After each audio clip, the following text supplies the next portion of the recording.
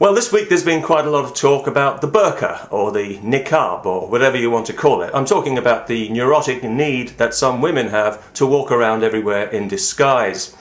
Ever since the French president said it was unwelcome in France, there's been a debate going on here in Britain about whether this ugly mobile tarpaulin should be banned.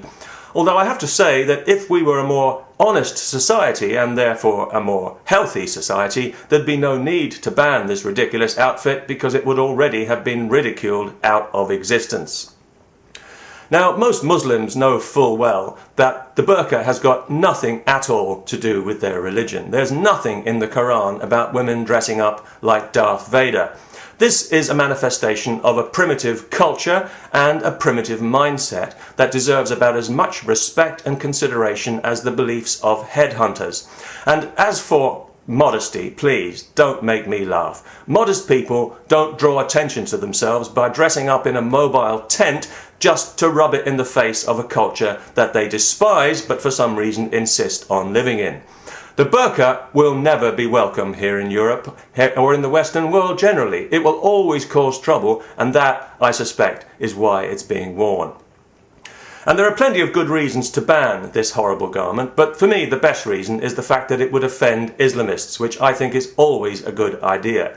If a small group of hysterical, bearded fanatics are squealing about Islamophobia, well then you know that somebody is doing something right.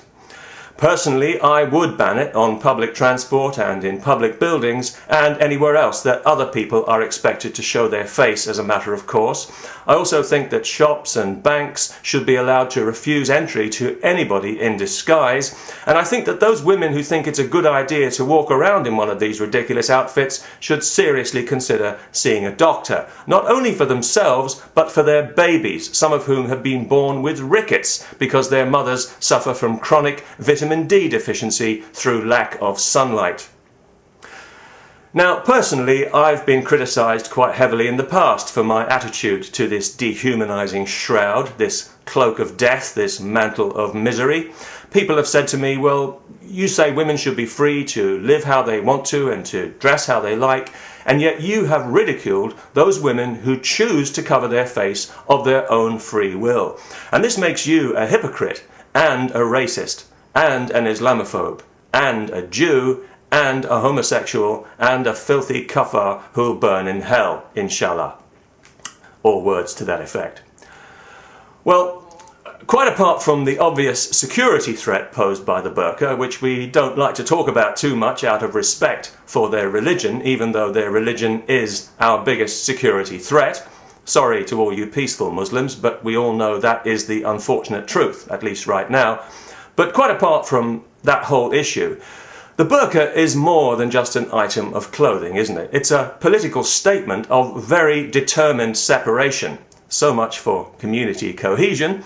And it's also a powerful symbol of the status of women in the Muslim world, some of whom, even in this country, have no choice as to whether they are encased in these sartorial prisons. And that's why I believe that those women who deliberately try to legitimize this sinister garment in the free world to make some kind of cockeyed statement, I think those women are actively condoning and encouraging the oppression of other women on this planet, for which I think they ought to be thoroughly ashamed of themselves. I think what they're doing is deeply immoral. I think they're traitors to their gender, and as a symbol of their religious or cultural identity, they might as well be wearing a yellow star.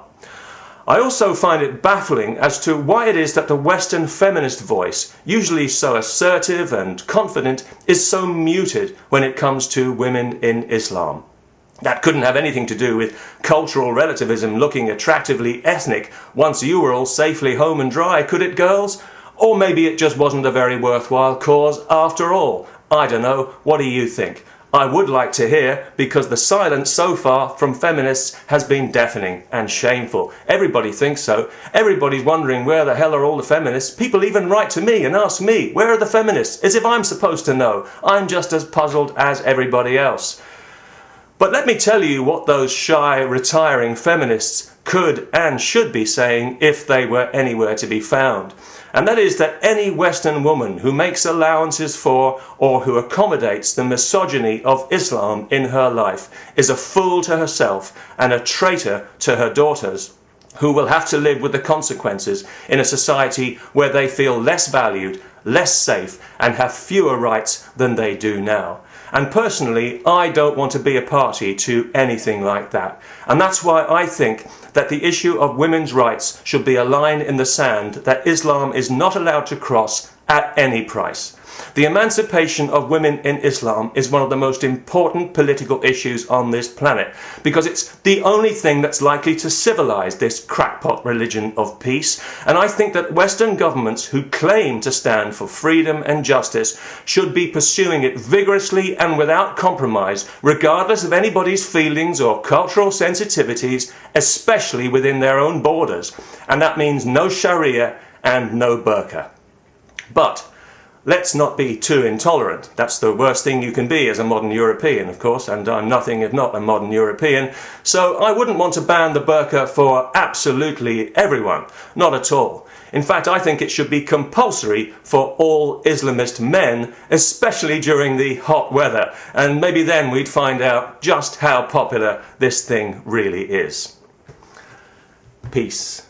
Especially to all the silent feminists. You know who you are, even if nobody else does.